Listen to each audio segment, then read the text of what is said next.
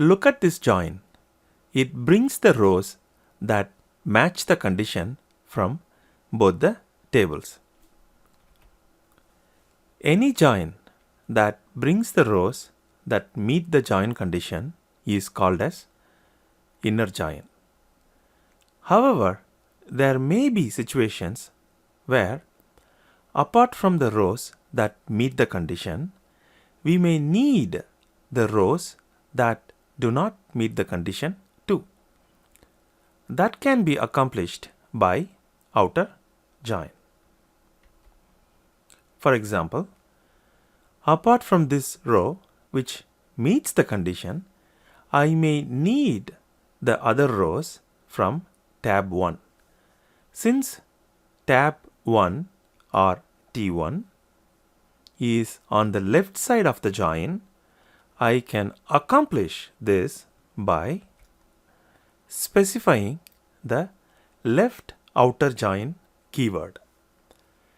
This will bring all other rows from tab 1 in the result and will put null entries for the corresponding columns from tab 2. This is called left outer join. Now, if I want to bring the rest of the rows from tab 2, I will then specify right outer join in the SQL.